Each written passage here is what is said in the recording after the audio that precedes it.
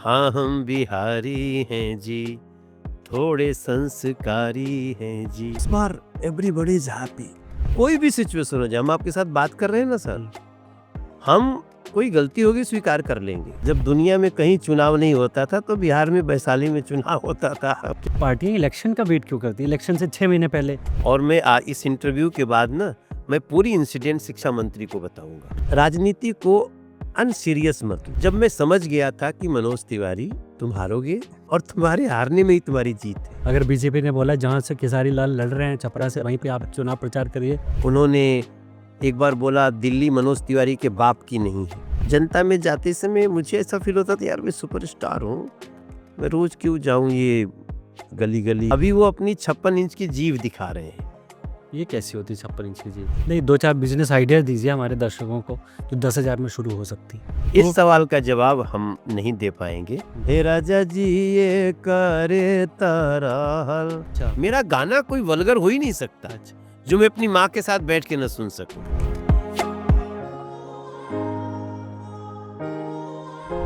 Hello and welcome, स्वागत है आपका एक्सप्रेस कैफे के एक नए एपिसोड में। ये एपिसोड एकदम खास है, नया है। खास इसलिए क्योंकि मौका खास है, मौका है बिहार इलेक्शंस का।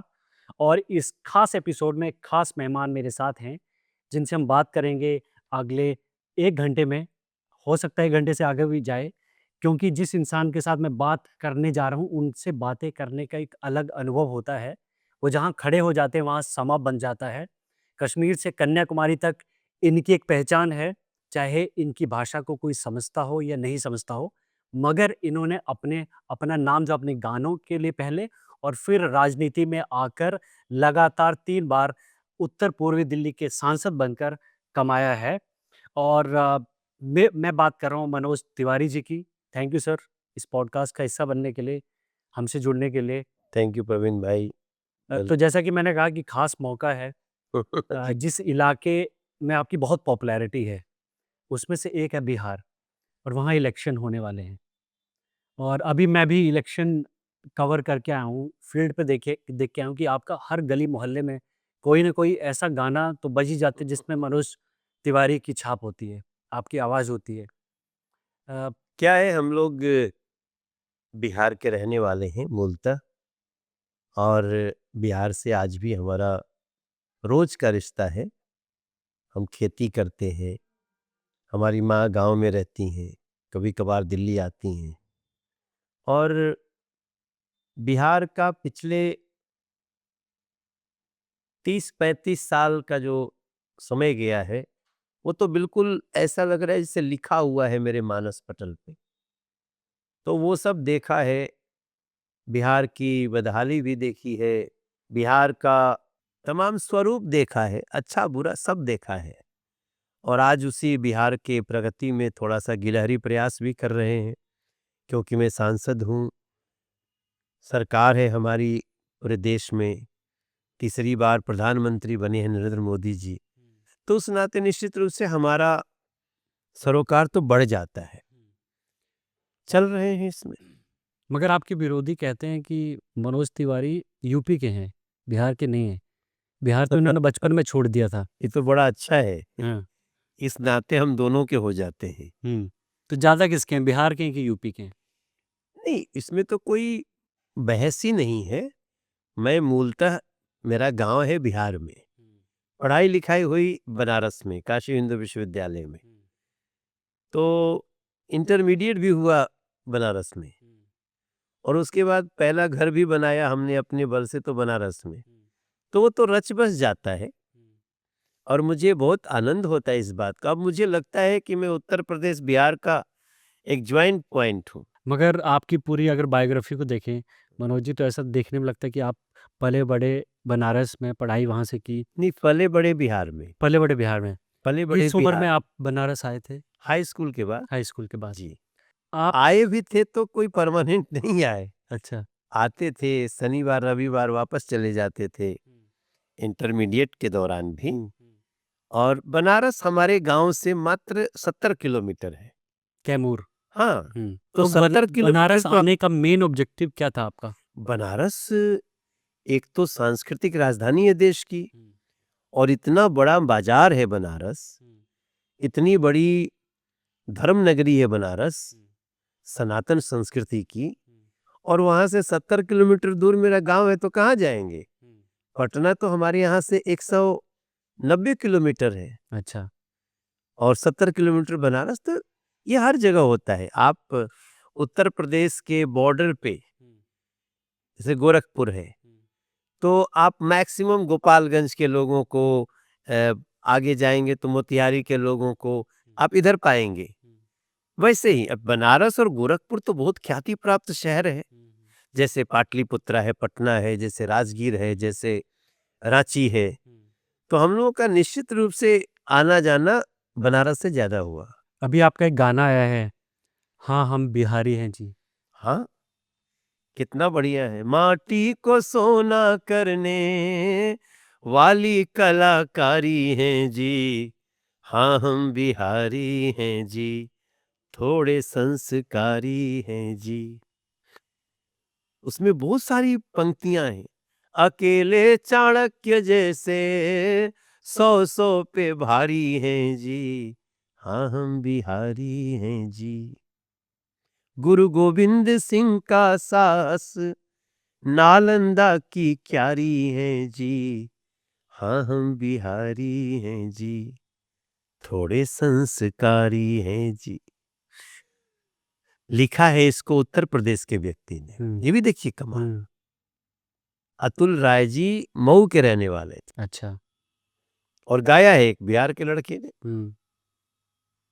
जिसका यूपी से भी संबंध है। हाँ, इलेक्शन से पहले ये थीम सॉन्ग है, अभी बीजेपी का पूरे इलेक्शन कैंपेन में ही चल रहा है। इसके पीछे की कहानी बताइए कि आपको क्या मतलब कैसे जोड़ा गया इस गाने से? इस गाने की ज़रूरत क्यों थी इलेक्शन से पहले? देखिए, मैं स्टार प्रचारक हूँ बिहार चुनाव हाँ, का, बिल्कुल। तो मेरी जिम्मेदारी बनती है कि हम इस प्रचार को थोड़ी सी अलग हाइट दें। जो ट्रेडिशनल प्रचार है, हम जाएंगे, हेलीकॉप्टर से जाएंगे, गाड़ी से जाएंगे, कहीं रोड शो में जाएंगे, हम क्या ऐड कर सकते हैं? तो दिमाग चल रहा था, आरती भी हमको बोलती रहती है कि कुछ सोचा करिए। तो दिल्ली चुनाव में हमने गाना गाया था, और हर चुनाव में गाता हूँ।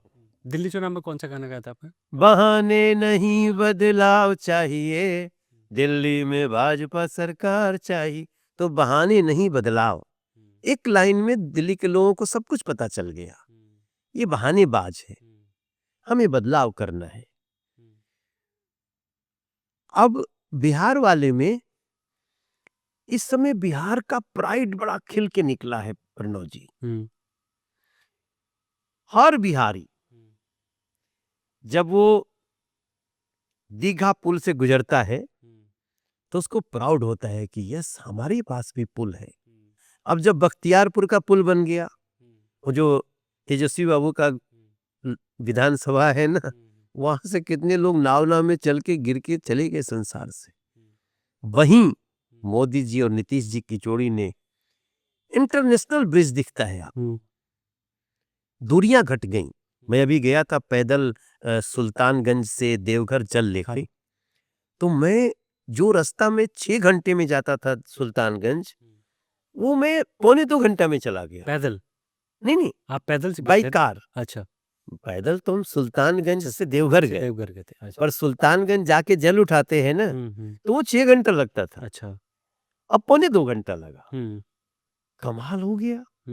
प्राउड, प्राइड, बिहार गौरव। गया से पटना की दूरी जो 4.5 घंटा की हुआ करती थी, अब 1.25 घंटे की हो गई। 8 लेन रोड। और इस देश में हम लोग मरीन ड्राइव की चर्चा सुनते थे ना मुंबई में, बिहार में जो मरीन ड्राइव है, उस मरीन ड्राइव का 4 गुना लंबा है। हाँ, बिल्कुल। और उस मरीन ड्राइव के साथ चलते हुए आप दोनों तरफ नदी दिखती है, नदी गंगा जी के अंदर। What a pride. एक दिन तेजस्वी बाबू भी वहां पे रील बना रहे थे, वो डांस करते हुए रील आई थी उनकी। डांस करते, उसी मरीन ड्राइव पे आई थी। तो जो बिहार का प्राइड आया है, मैंने गाने में उस प्राइड को रेखांकित किया है अतुल राय जी ने, और हमने गाया उसको। तो जब हम कहते हैं ना कि बुद्ध का हम ताना बाना, जैसे प्रिय लागे मखाना, जो आज मखाना बोर्ड बना है मोदी जी और नीतीश जी की जोड़ी ने, उसने कम से कम बताऊं आपको 1 करोड़ लोगों को उस नए व्यवसाय से जोड़ दिया है। मखाना स्वास्थ्य हेल्दी, जैसे आजकल मोटा अनाज है वैसे मखाना का अपना उद्देश्य है। तो मैंने सोचा कि ऐसी एक गीत लाते हैं जिसमें हम बिना कहे कि ये बीजेपी और एनडीए है, लोगों को असर होने दिया जाए। लोगों का जो प्राइड है वो दिया है एनडीए ने, और मैं बड़ा खुश हूं कि अभी जब मैं आपके पास आ रहा था 2 दिन में वो 2.5 लाख से ऊपर हो गया उसकी व्यूज, और जितना चर्चा हो रहा है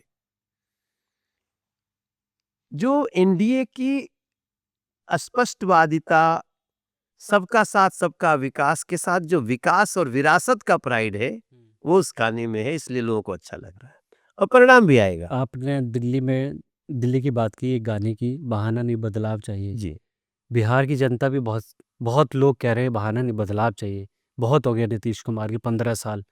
तो आपको लगता है ये एंटी इनकम्बेंसी जो है वो, और दूसरा एक ड्रॉबैक, इसको कैसे आप लोग देखते हैं कि बीजेपी ने कोई मुख्यमंत्री का उस तरीके से चेहरा, क्योंकि नीतीश कुमार, सबको एविडेंट है ये कि नीतीश कुमार अभी उनका स्वास्थ्य जो उतना सही नहीं है। बहुत सारी फोटोज़ वायरल होती हैं, वीडियोज़ वायरल होती हैं, स्टेज पे उनका दिखता है कि बॉडी जेस्चर जिस तरीके से करते हैं, या स्वास्थ्य ओवरऑल, जो क्या मीडिया के कुछ लोग कहते हैं कि पिछले 3-4 साल से उन्होंने मीडिया से बात ही नहीं की है, he is completely cut off. तो बस नेतृत्व तो उन्हीं का है। ऐसे में क्या मुख्यमंत्री का चेहरा अगर नीतीश कुमार की जगह कोई और होता तो बीजेपी को फायदा नहीं होगा? देखिए इस पे बातें तो ही होंगी, हुँ, हर पार्टी सोचती है, हुँ, मगर हमारा जो एक इसी गठबंधन ने ये स्थिति पैदा की है हुँ। कि अब एंटी इनकम्बेंसी नहीं प्रो इनकम्बेंसी है। मगर ये तो मनोज जी, वहाँ होता है ना जहाँ बीजेपी रूल्ड स्टेट है, वहाँ पे प्रो इनकम्बेंसी है। जहाँ पे आप विपक्ष में होते हैं वहाँ आप एंटी इनकम्बेंसी बोलते हैं। विपक्ष में आप देखिए सरकार के प्रति जहां-जहां हम जा रहे हैं, विपक्ष क्या कहेगा? आज महागठबंधन तो कैसा खंड-खंड हो चुका है। हुँ, उसको अपना नेता बनाने में आज जाके बताया है, जबकि चुनाव है 10 दिन बाद। हुँ, तो जो गठबंधन अपना नेता नहीं चुन सकता है, वो भी इसलिए आज कहा गया, जब मैं आपसे बात कर रहा हूं तो आज ये बात की गई है कि तेजस्वी होंगे हमारे मुख्यमंत्री के चेहरे। मुख्यमंत्री, मतलब नेता उनके नेतृत्व में लड़ रहे हैं। भाई तेजस्वी कहलाया के पास नाम क्या था, फिर भी आप नहीं दे रहे थे। What is the reason?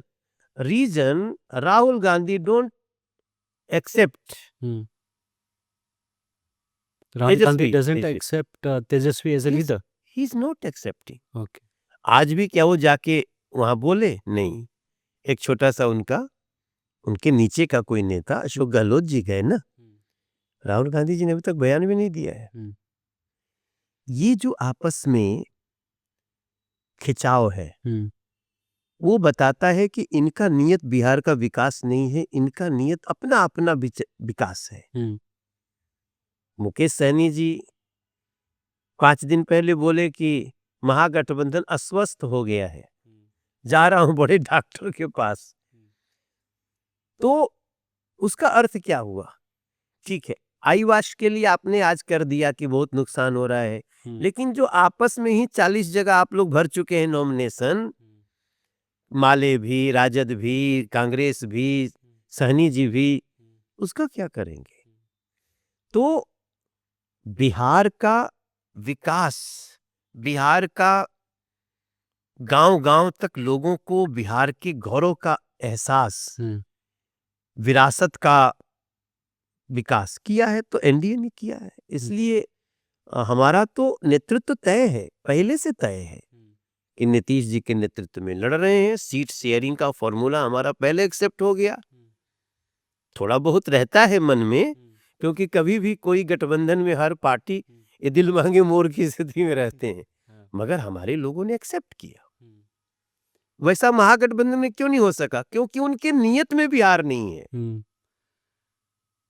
एक चीज़ बताइए कि इस बार का जो इलेक्शन है, बिहार का इलेक्शन 2025 का, क्या आपको लगता है पिछले इलेक्शन से बहुत अलग है? अगर लगता है तो किस मामले में अलग आपको लग रहा है कि ये वाला इलेक्शन बहुत अलग है? पिछला इलेक्शन हम लोग बहुत विपरीत परिस्थिति में लड़ रहे थे, क्योंकि जितने हमारी विकास के जो वर्क चल रहे थे वो पूरे नहीं हुए थे। जितने बड़े बड़े ब्रिज हैं तब निर्माणाधीन थे, लोगों को थोड़ा सा अनवाइड होते हैं, क्योंकि जब सड़कें बन रही होती हैं ना तो थोड़ा क्योस पैदा होता है। इस बार वो नहीं है। इस बार एवरीबॉडी इज हैप्पी, जल्दी से गाड़ियां निकल रही हैं। 8-8 घंटे का रास्ता 8 मिनट का हो गया है। आरा से छपरा जिसको जाना होता था उसको पहले जाओ पटना, पटना से गांधी सेतु पार करो, इतने ही में 4 घंटा लगता था। गांधी सेतु तो हमेशा जैम पैक मिलता था। जैम पैक होता था। आज वो गांधी सेतु के पैरेलल दीघा सेतु है, उसके थोड़ा दूर बाद आके जाएंगे तो बख्तियारपुर सेतु है, और वो गांधी सेतु भी अब बढ़िया कर दिया गया है। और फ्यूचर में तो ऐसा दिखेगा गांधी सेतु, जिसकी छोटी सी झलक अभी दिखने लगी है, कि आपको जो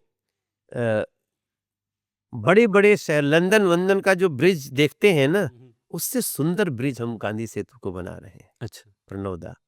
तो मेरा मानना है कि पहले से ये चुनाव हमको ज्यादा पॉजिटिव लग रहा है। पहले चिराग भाई भी अलग लड़ रहे थे, कुशवाहा जी का अलग था, अभी तो चिराग जी भी साथ में, कुशवाहा जी भी साथ में, मांझी जी भी साथ में, और नीतीश जी और मोदी जी की जोड़ी है। तो ये बहुत अच्छे माहौल में और सकारात्मक रूप से हम आगे बढ़ रहे हैं। प्रशांत किशोर पिछले 3 साल से बिहार की ज़मीन नाप रहे हैं। पूरी पार्टी खड़ी कर ली, 243 सीटों पर लड़ रहे हैं, और आपकी पार्टी के जो उप मुख्यमंत्री है सम्राट चौधरी, उनके खिलाफ बहुत अटैकिंग मोड में हैं। हर इंटरव्यू में, हर पॉलिटिकल रैली में सम्राट चौधरी पर बोला जाता है कि वो अभियुक्त हैं, और उनकी पढ़ाई लिखाई डिग्री पे भी सवाल लगातार उठा रहे हैं कि 10वीं फेल हैं, और बीजेपी उस पूरे मामले में बहुत डिफेंसिव दिख रही है। आपको लगता है ये कहीं ना कहीं ये जो एक अटैक है प्रशांत किशोर का, ये बीजेपी के लिए थोड़ा सा सेटबैक है इलेक्शन से पहले? देखिए, कोई ऐसा क्वेश्चन नहीं जिसका जवाब सम्राट भाई ने नहीं दिया, उन्होंने बताया। अब ये प्रशांत किशोर जी कहते तो है कि हम पढ़े लिखे हैं, लेकिन वो भी नहीं बताते हैं कि वो क्या पढ़े लिखे। अभी एक एबीपी के समाचार में वो छोड़ के भाग गए। इशू सिर्फ ये था कि आप अपनी डिग्री और एजुकेशन बताइए, तब वो बीच से छोड़ के भाग गए। कोई भी सिचुएशन हो जाए, हम आपके साथ बात कर रहे हैं ना सर, हम कोई गलती होगी स्वीकार कर लेंगे, हम बीच में छोड़ के नहीं भागेंगे।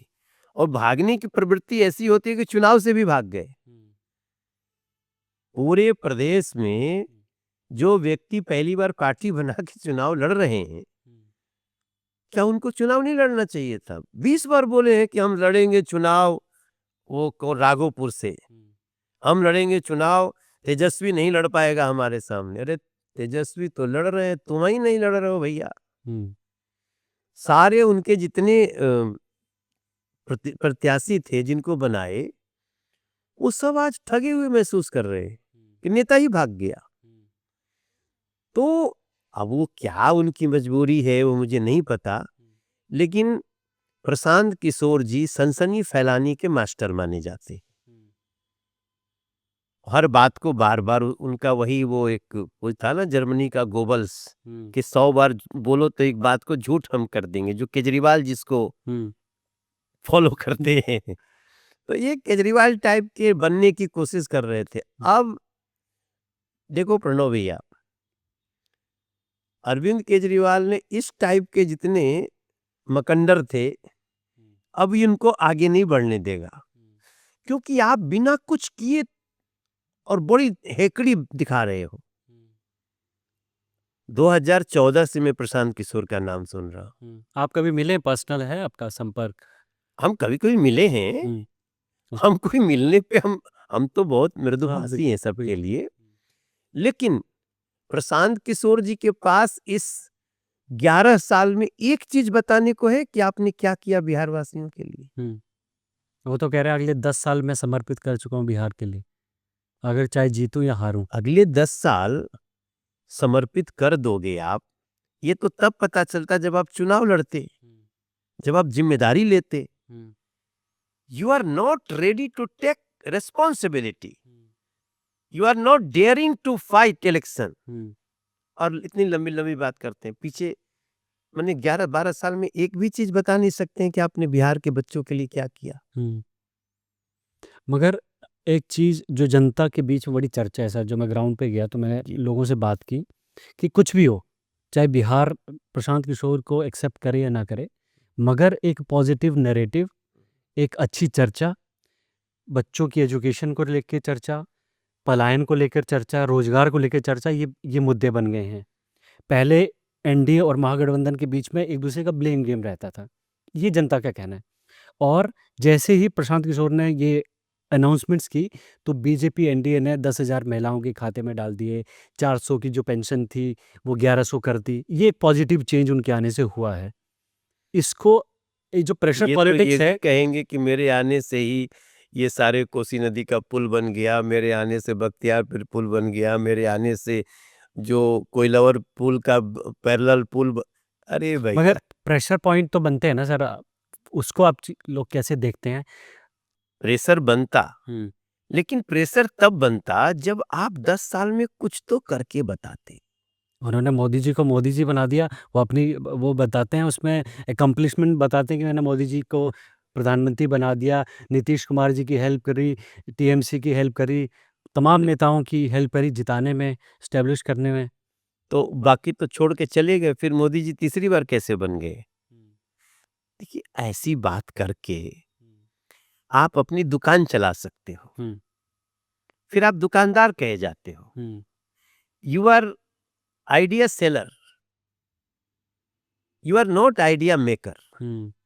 मैं प्रशांत किशोर जी को एक और इशू जानता हूं कि उनको एक बार बिहार सरकार ने 9.5 करोड़ रुपए उनको दे करके कहा कि आप बिहार के लिए यूथ के लिए प्लान बनाइए, और वो चले गए वो स्टालिन का प्रचार करने तमिलनाडु में।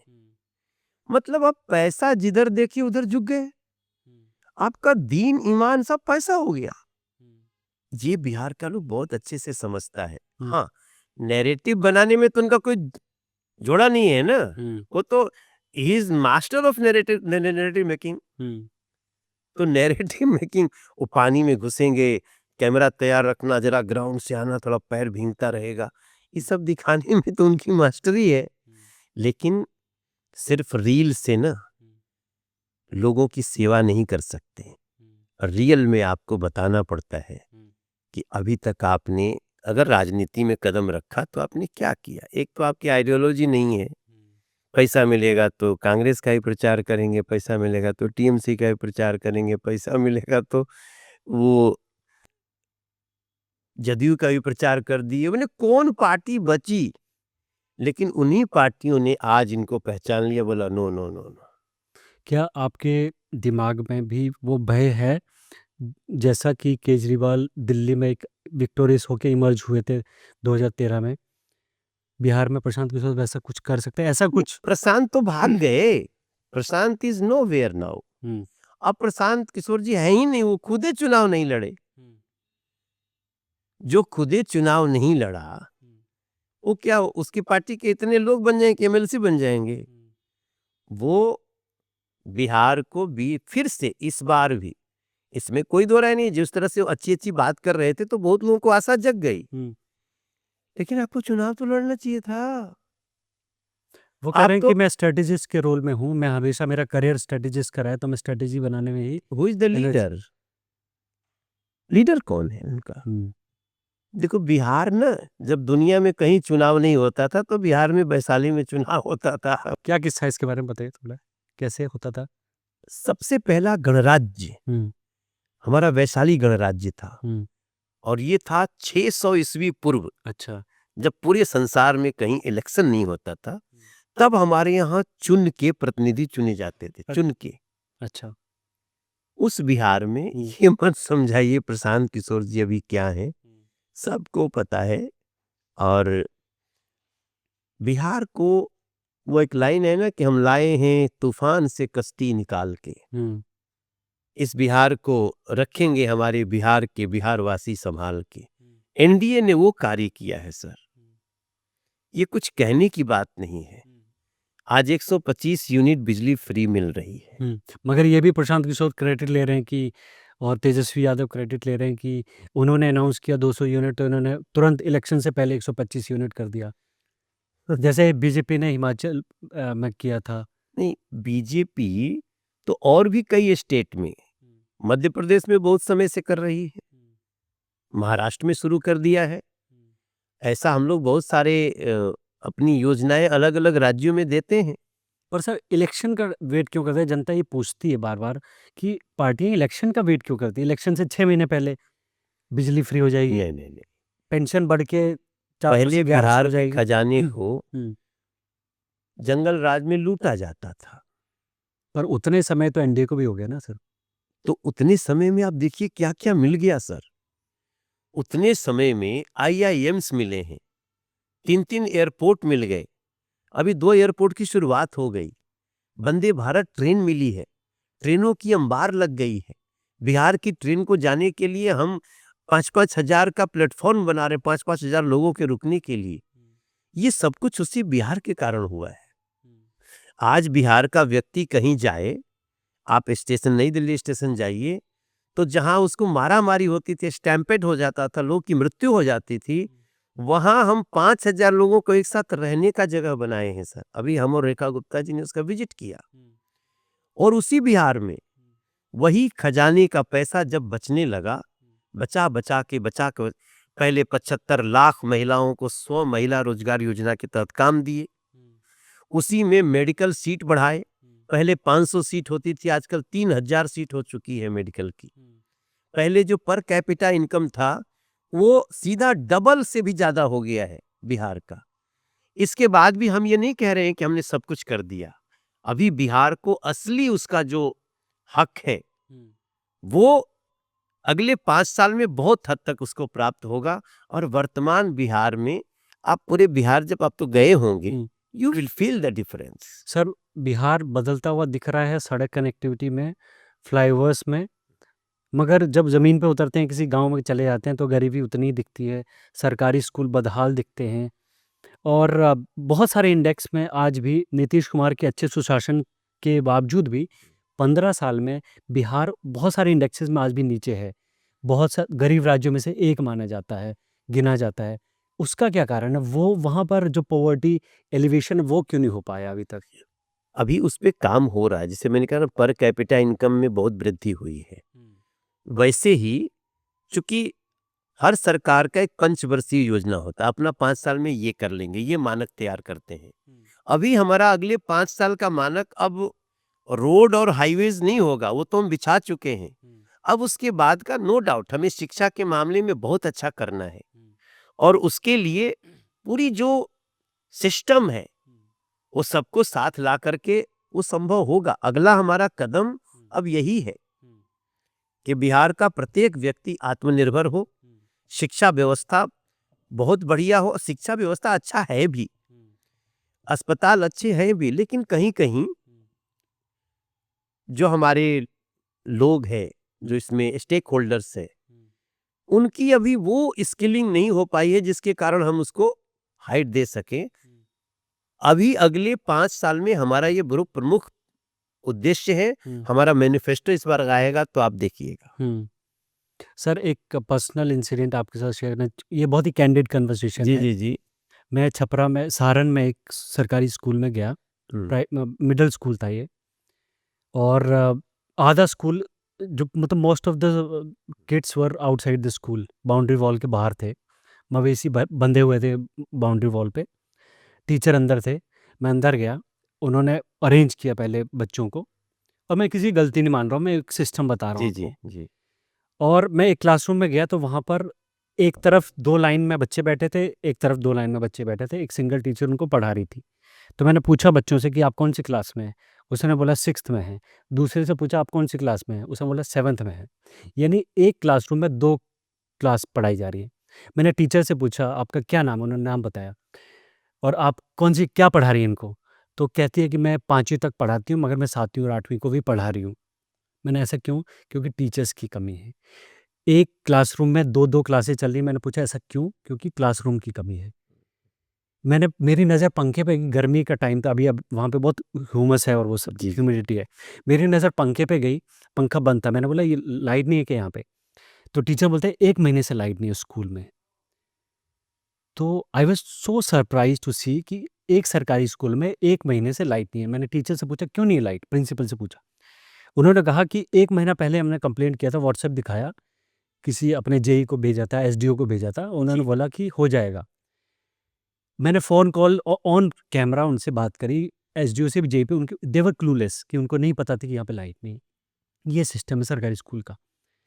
नहीं देखिए, तो नहीं ऐसा सर, ग्राउंड पे कहीं ऐसी रियलिटीज़ हैं कहीं से जिससे हो सकती है। हाँ, हम ये बात हम आपको बता रहे हैं कि बिहार तो एक शहर नहीं है, बहुत बड़ा स्टेट है और उसमें अगर आपको कहीं ऐसा मिला तो हमारे लिए ये एग्जाम्पल है।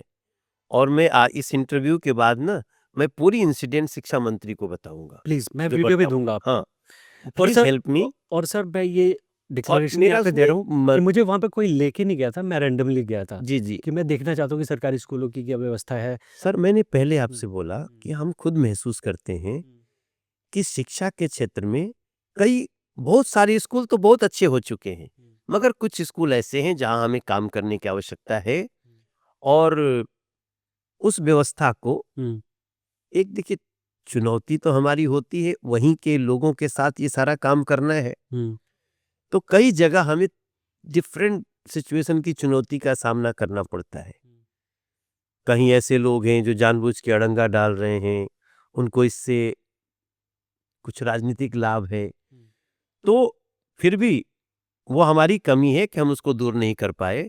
मगर इस 5 साल में हमारा एजुकेशन पे इतना फोकस होने वाला है हुँ, कि आपको बिहार के बच्चों पे, शिक्षा पे हुँ, गर्व होगा। हुँ, हालाँकि हम एक बात साथ-साथ बता दें कि आज भी बिहार के बच्चों की जो पढ़ाई-लिखाई का स्टेटस है, हुँ, वो बहुत बड़ा है। बिल्कुल मानते हैं उसको। बिहार के बच्चे पूरे दुनिया में काम कर रहे हैं। हुँ, तो एक उदाहरण से आप पूरे बिहार के नहीं कर सकते हो। उसको नहीं कर नहीं, मैं सकते। बिल्कुल हाँ। मेरा यहाँ पर आपसे ये यूपीएससी शेयर हो, करना आईएएस, आईपीएस, हुँ, आईआरएस में हमारे बच्चे पूरे देश में टॉप कर रहे हैं। हुँ, हम अमेरिका भी गए थे, हुँ, इंडिया डे परेड में हुँ, 2.5 लाख लोग न्यूयॉर्क में सड़कों पे थे हुँ, और उसमें मैक्सिमम हमारे बच्चे हैं। हुँ, तो लेकिन कहीं-कहीं ऐसा हमको भी जानकारी में आया है कि हम सारे स्कूलों को एक नए सिरे से हमको देखना पड़ेगा, हुँ, जो अभी टू द पॉइंट नहीं आ पाए हैं। हुँ, और हम आपके इस एग्जाम्पल को निश्चित रूप से हुँ। अच्छी जगह जहाँ से इस पे डिफरेंस आएगा हम करेंगे डिस्कस। शुक्रिया सर। अ, मनोज तिवारी के पॉलिटिकल करियर पे जब न हम लोग नज़र डालते हैं, तो आप सबसे पहला चुनाव समाजवादी पार्टी से लड़े और मुकाबला था योगी आदित्यनाथ जी से, जी बड़ी टक्कर। जी फिर आपने पार्टी बदली, फिर आप लगातार 3 बार बड़ी जीत करके आए। जी 2024 का जो इलेक्शन हुआ, उसमें तमाम 7 में से 6 एमपीज़ को हटा दिया गया बीजेपी द्वारा, 1 को रिटेन किया गया, तो वो थे मनोज तिवारी। क्या है आपकी पॉलिटिक्स? आपका क्या रेपो है अपनी पार्टी के अंदर? आप क्यों ज़रूरी हैं अपनी पार्टी के लिए? देखिए, एक तो जो मैं 2009 में लड़ा ना, वो मेरे लिए बड़ी सीख हो गई लाइफ क्या की। सीखा था आपने उससे? सीखा ये था कि राजनीति को अनसीरियस मत लो। आप सीरियस नहीं थे तब? नहीं नहीं, वो तो क्या आपको उसकी कहानी हाँ। जो है ना, वो क्या अमर सिंह जी थे, अब वो संसार में नहीं रहे। अमर सिंह जी। तो अमर सिंह जी ने हमें, मैं अमर सिंह जी के साथ थोड़ा इन्फ्लुएंस में था कि हम और अमिताभ बच्चन जी फ़िल्म किए थे, वो अमिताभ बच्चन जी के दोस्त थे साथ में, तो वहीं पे उन्होंने प्रस्ताव रख दिया और मैं नाना करते मुझे लड़ना पड़ा। हुँ, वो केवल 3 महीने का फेयर था। हुँ, मैं 3 महीने पहले ही समाजवादी पार्टी की सदस्यता लिया हुँ, और चुनाव बाद अमर सिंह जी का झगड़ा हो गया पार्टी से। हाँ, तो हमारे वो भाग से शिखर टूट गया, मैं भी किनारे हो गया। मगर उस 3 महीने में हमको समझ में आया कि योगी आदित्यनाथ क्यों जमीन पे लोगों से जुड़े हुए हैं। और वो मेरे लिए जीवन की एक सीख थी प्रणव जी। मैं जहां जाता था ना, मैं आज आपसे बताऊं, हमारा जिला अध्यक्ष समाजवादी पार्टी के, उनका नाम नहीं लूंगा, वो हमसे बोलते 2 दिन बाद कि बाबा यहाँ कहाँ लड़े आगे लत्तू। तो हम कहे कि का भइल अध्यक्ष जी, आप कहे ऐसे बोलत है। देखो बाबा, हम तो समाजवादी पार्टी के जिला अध्यक्ष हैं, लेकिन वोटवा तो हम जोगी जी के दे, मंदिर के हम लोग वोट दे लीजा, जोगी जी के दे लीजा। मेरा तो शॉर्ट सर्किट हो गया कि मैं कहाँ आ गया। बट दूसरे पॉइंट हम ये सोचने लगे, यार ये योगी आदित्यनाथ जी कितना जमीन से जुड़े हुए हैं। और वो घटना थी जब मैं समझ गया था कि मनोज तिवारी, तुम हारोगे और तुम्हारे हारने में ही तुम्हारी जीत है। अच्छा। योगी आदित्यनाथ जी के हम लोग कोई विरोधी तो थे नहीं, हम तो एबीवीपी से थे पहले। तो योगी आदित्यनाथ जी हमेशा से हम लोगों के उस क्षेत्र के लोगों के लिए हीरो थे, उस समय भी। फिर वो गलती सुधारने का मौका मिल गया, मैंने धाड़ सुधार लिया। मैंने 2013 में भारतीय जनता पार्टी ज्वाइन करी। उस दौरान गैप जो था, तब भी मैं समाजवादी पार्टी में नहीं था। अच्छा। मैं उस 3 महीने के बाद मैं कोई समाजवादी पार्टी का कार्यकर्ता नहीं था। हाँ, 2-3 साल बाद मुझे लगा कि अनसीरियसली राजनीति में मत जाओ।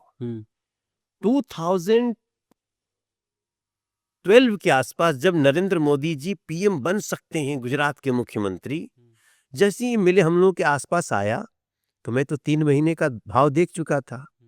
उस 3 महीने में राजनीति से क्या अपेक्षा है लोगों की, वो समझ में आ गया था। तो मैंने सोचा कि I have to support Narendra Modi ji as prime minister, मुझे उनको सपोर्ट करना है। तो वो हमने शुरू किया सपोर्ट करने का, लेकिन हम चुनाव लड़ जाएंगे ये भी हमको पता नहीं था। सर, आपने कहा कि राजनीति में आपने एक सबक सीखा कि राजनीति में अगर अनसीरियस हो तो मत आइए, नॉन सीरियस हैं अगर आप तो मत आइए। आप ही की पार्टी में अभी मैथिली ठाकुर, पवन सिंह और आरजेडी में गए खेसारी लाल, तमाम लोग जुड़े हैं, टिकट भी मिला है। उन लोगों को क्या कहना चाहते हो? जैसे Maithili Thakur, she is the youngest candidate जी फ्रॉम जी बीजेपी। ऐसे लोगों को क्या आप मैसेज देना चाहते नहीं, हैं? क्योंकि आप ये लोग अगर सोचे हैं हम्म, तो ये लंबा सोच के ही आए होंगे। कहीं आपके समाजवादी पार्टी वाली स्टेंट तो नहीं है? नहीं, वैसा कोई करेगा तो उसका नुकसान होगा हाँ। आगे। अगर आप हाफ हार्टेड आ गए हैं तो फिर आप अपने साथ भी न्याय नहीं करेंगे, वो कोई भी हो। राजनीति एक बड़ी सेवा है प्रणव जी, और इसको करने के लिए आसान नहीं है। बहुत शुगर बढ़ जाता है, अपना प्रोफेशन डिस्टर्ब हो जाता है, आपकी जो कई बार अर्निंग आपकी लॉस में जाती है। अब आपको पार्टी के लिए आ गए तो पार्टी के लिए काम करना है, तो इतना सब कुछ नहीं सोचेंगे तो फिर आप अपने इस सेवा के साथ न्याय नहीं कर पाएंगे। तो कोई भी हो, वो हमें ऐसा आशा है कि वो आए होंगे तो लंबा सोच के आए होंगे। उनमें से तो किस किस को आप लाएं वैसे पार्टी में? नहीं, लाने को तो पवन सिंह के बारे में काफ़ी चर्चा थी कि आपके बहुत करीबी हैं, आपका एक रोल है उनको निश्चित रूप से तो मतलब क्या हमने पार्टी में तो रवि किशन जी को भी पार्टी में लाया, दिनेश लाल यादव जी को, निरहुआ, हाँ निरहुआ को भी पार्टी में आने के लिए उनको बहुत मोटिवेट किया, वो आए। पवन सिंह को भी मैंने पार्टी में आने के लिए बहुत मोटिवेशन दिया, राजनीति में आने के लिए और पार्टी में आने के लिए। तो और भी बहुत सारे लोग हैं, कोशिश करते रहता हूँ अच्छा कि आए। मैं खेसारी से भी बहुत प्रचार करवाता था पार्टी का। तो इस बार आरजेडी से चुनाव लड़ रहे हैं, आप अगेंस्ट जाएंगे चुनाव प्रचार करने? अगर बीजेपी ने बोला जहाँ से खेसारी लाल लड़ रहे हैं छपरा से, वहीं पे आप चुनाव प्रचार करिए, आपके मित्र हैं, लंबा संबंध है आपका, तो ये बड़ी दुविधा वाली बात हो जाती है आपकी। नहीं, थोड़ा सा तो होता ही है, क्योंकि देखो ये सब अपने हम लोगों की बड़ी क्लोज सर्किल है, तो थोड़ा सा तो लगता ही है। हाँ। लेकिन अब पार्टी के आधार पे चल पड़े तो पार्टी का जो आदेश होगा उसको पूरा करना पड़ता है। अच्छा, तो नाम लेके आप बोलेंगे खेसारी लाल सही आदमी नहीं है, सही नेता नहीं है, काम नहीं करेंगे, आएंगे नहीं अब छपरा? उसी में नहीं, मैं इतना पर्सनल नहीं जा, बैलेंस कैसे बनाते हैं आप? नहीं, I will not go personal. अच्छा, हाँ, ठीक। मुझे लगता है राजनीति में ये भी एक बड़ी मर्यादा है। अच्छा, बहुत सारे लोग तो मगर कुछ खेसारी नेताओं के मान लिए तो लीजिए- आप पर्सनल हो जाते हैं, मैंने देखा है। किस पे?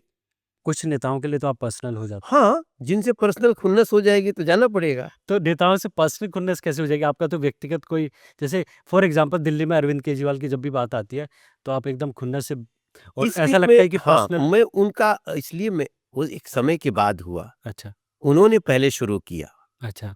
उन्होंने प्रधानमंत्री को देशद्रोही कहा तो मुझे खुन्नस आया। अच्छा, उन्होंने एक बार बोला दिल्ली मनोज तिवारी के बाप की नहीं है, अच्छा, यहाँ तक जाने की क्या जरूरत थी? अच्छा। हम तो कभी अरविंद केजरीवाल जी के माता पिता के बारे में कुछ नहीं कहे, उसके बाद भी नहीं कहे।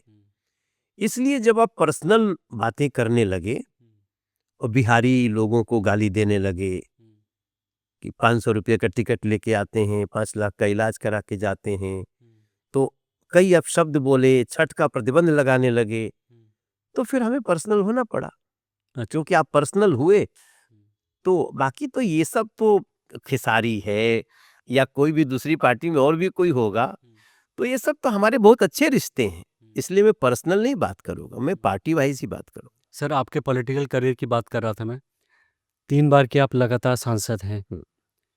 कैबिनेट में जगह आपको मिलनी, आपको नहीं लगता है कि आप डिज़र्व करते हैं, 3 बार लगातार सांसद बने हैं? ये बिल्कुल करते हैं। तो उसके लिए कोई बातचीत हुई हो? क्योंकि नहीं, बातचीत नहीं आप करते। जिन लोगों को रिप्रेज़ेंट करते हैं, उनकी एक उम्मीद है कि हमारा भी एक इंसान कैबिनेट का हिस्सा बने। उसको लेकर आपकी कभी प्रधानमंत्री जी से, गृह मंत्री जी से कोई बात, या आपकी डिमांड, या आपने कोई ऐसी रिक्वेस्ट? नहीं, मैंने कभी डिमांड नहीं रखी, मैं काम कर रहा हूँ, मैं बड़ी दिल से पार्टी का काम करता हूँ, और वो सब निर्णय, देखिए, अगर हम ये बोलें कि नहीं नहीं जी मेरा मन नहीं है, तो ये तो झूठ बात होगी। जो राजनीति में आता है वो बड़े से बड़ा पद चाहता है, तो एक सांसद निश्चित रूप से मंत्री बनना चाहेगा और भी काम बढ़े उसका, मगर हम उसके लिए मर नहीं रहे, हम काम अच्छा कर रहे हैं, और मुझे पूरा विश्वास है अपने नेताओं पे, नरेंद्र मोदी जी पे, अमित शाह जी पे, राजनाथ सिंह जी पे, नितिन गडकरी जी पे, हमारे जितने धर्मेंद्र प्रधान जी, भूपेंद्र यादव जी, खट्टर साहब, ये सब लोग, हम मानते हैं कि मेरा नेतृत्व बहुत अच्छा है, आज नहीं तो कल। तो ये पहेली अभी भी दिल्ली के लोगों या देश के लोगों के दिमाग से नहीं सुलझी है कि ऐसा क्या हुआ कि रमेश भिदोड़ी का टिकट कट गया, परवेश वर्मा का टिकट कट गया, जो कद्दावर नेता थे दिल्ली के, और मनोज तिवारी का टिकट नहीं कटा? ऐसी क्या वो पहेली है, उसको थोड़ा-सा बताइए, आपका आपके बारे। नहीं, अब ये तो हम हनुमान जी की पूजा करने लगते हैं यार, चलो अपना बच गया। अच्छा। ऐसा कुछ नहीं, देखिए हमारी पार्टी में पार्टी डिसाइड करती है कि अब इस व्यक्ति को क्या काम देना है। रमेश बिदुड़ी जी का टिकट कटा लेकिन तुरंत मिला, प्रवेश वर्मा जी का टिकट कटा फिर तुरंत मिला। अभी बात अलग है कि उसमें सफलता मिली कितनी। तो बहुत सारे हमारे सांसद हैं, जैसे हंसराज हंस जी का कटा तो पंजाब से मिला, मोगा से लड़े। तो पार्टी दायित्व तय करती है, और एक जो अनुशासित सिपाही है भाजपा का, वो नए दायित्व करने के लिए तैयार, कई लोगों को संगठन में भेज दिया जाता है। ये एक तरह से बड़ी सेल्फलेस सर्विस है। जैसा कि मैं आपने कहा। शुरू में ही कहा हाँ। सर आपको। तो मुझे ये बताइए कि कितना मुश्किल होता है कि वो जो पार्टी का एकदम ईमानदार और अनुशासन वाला डिसिप्लिन सिपाही बने रहना, क्योंकि सबकी अपनी-अपनी महत्वाकांक्षाएँ, एस्पिरेशंस तो होती हैं। आपको अपना ईगो छोड़ना पड़ता है। मैं बहुत बड़ा सुपरस्टार हूँ, मैं ऐसा हूँ वैसा हूँ, हमसे बड़ा कोई नहीं है। कब छोड़ा तो आपने? आप धीरे धीरे छूटा। आपकी ज़िंदगी का वो कोई ऐसा वाक़या बता सकते हैं जहाँ पे आपको लगा नहीं यार, ये भ्रम है या ये बहुत ही फ्रेजाइल चीज़ है, ये आज है कल जा सकती है। ये जो रियलाइज़ेशन है आपको पर्सनली कब हुआ? क्योंकि यह आप दूसरे चुनाव में रियलाइज हुआ, 2019 में 19 में। थोड़ा बताइए कैसे? कोई इंसिडेंट बताइए? क्या, जब हम लोग 2014 में लड़े, हुँ, तो मैं 2014 से 2018 तक ना बहुत जनता में जाते समय मुझे ऐसा फील होता था, यार मैं सुपरस्टार हूँ, मैं रोज क्यों जाऊं ये गली गली और मंडल अध्यक्ष, और ये ऐसा मेरे मन में आता था। मगर जब मुझे फिर से चुनाव लड़ाने की लग गया कि, क्योंकि मैं अध्यक्ष बन गया था, हुँ, अध्यक्ष बनने के बाद मुझे लगा कि पार्टी तो बहुत हमको रिस्पेक्ट दे रही है, क्योंकि मैं फर्स्ट सेलिब्रिटी था जिसको स्टेट का प्रेसिडेंट बनाया गया। तो वो 17 में बने थे, तो 14, 15, 16, ये 3 साल के बाद अध्यक्ष बनते ना, मुझे लगा कि मनोज, पार्टी आपको बहुत रिस्पेक्ट दे रही है, अब आप जीरो से शुरू करो, अच्छा। अब आप हीरो से छोड़ो, जीरो से शुरू हो जाओ, क्योंकि अब हमको गली में जाना पड़ेगा, कार्यकर्ता से बात करना पड़ेगा। तो एक सुपरस्टार को ना कार्यकर्ता बनने का जो हुँ, ये यात्रा है ना, हुँ, वो सबसे संभव नहीं हो पाएगा प्रवीण जी। नहीं। मुश्किलात आते भी थे, लेकिन धीरे धीरे मैं बसा लिया कि अब मैं भूल गया कि मैं पीछे क्या हूँ। वो किसी इंटरव्यू में ही पता चलता था। फिर मैं शुरू से शुरू हुआ, फिर धीरे धीरे लोगों का विश्वास जीता। जब 2019 में फिर गया चुनाव लड़ने, तो कई जगह ऐसा मिला कि अच्छा, आ गए नेताजी, याद आ गया आपको। हुँ, वो जो बातें होती थी ना, वो शर्मिंदा कर देती थी। अच्छा। हाँ, वो जो लोगों की बातें, बोले देखो तुमको वोट तो देंगे, हुँ, लेकिन तुम जीतने के बाद आते नहीं हो। तो मैं भी लगा कि हाँ यार, मैं मोहल्ले मोहल्ले तो नहीं गया, और मैंने 19 में सोच लिया, अब हमको ना, 24 में ये बात नहीं थी, और शायद यही था कि 24 में मुझे गली गली से मेरे पक्ष में आवाज आ रही थी, और फिर मैं बहुत, अभी मुझे लगता है कि मैं मंडल अध्यक्ष से भी नीचे हूँ। तो आप अभी अपने इलाके में जो नॉर्थ ईस्ट के आप सांसद हैं 3 बार के, आपको हर गली, हर मोहल्ला पता है अपने पूरे कॉन्स्टिट्यूएंसी का? हाँ, अब मुझे सब कुछ पता है, लोग पता है, करावल नगर से मुस्तफ़ाबाद से लेकर कुछ भी, सीलमपुर से ले करावल नगर, कबूल नगर भी पता है। अच्छा। कि रोहतास नगर में एक कबूल नगर मोहल्ला है। क्या ऐसी 2-3 समस्याओं के बारे में बताइए सांसद जी जो अभी तक आप नहीं जिनका समाधान कर सके हमने हैं? बहुत ऐसा काम किया है कि हमारे क्षेत्र का आदमी, जब वो अब हम रहे न रहे, मनोज तिवारी का यश रहेगा नॉर्थ ईस्ट दिल्ली में। जब मैं गया था ना, जो एंट्री पॉइंट्स होते थे, शास्त्री पार्क का चौराहा, 45 मिनट तो रुकना ही है आपको वहां, 2-2 घंटा भी हो सकता था। इधर से इधर जाना, उधर से इधर जाना, इधर से उधर जाना, इधर से यू टर्न मारना, सारे गड़मगड़ वहां पे पार करना मुश्किल था। एंट्री पॉइंट हमने वहां एम्स जैसा चौराहा बना दिया अभी। हुँ, अच्छा।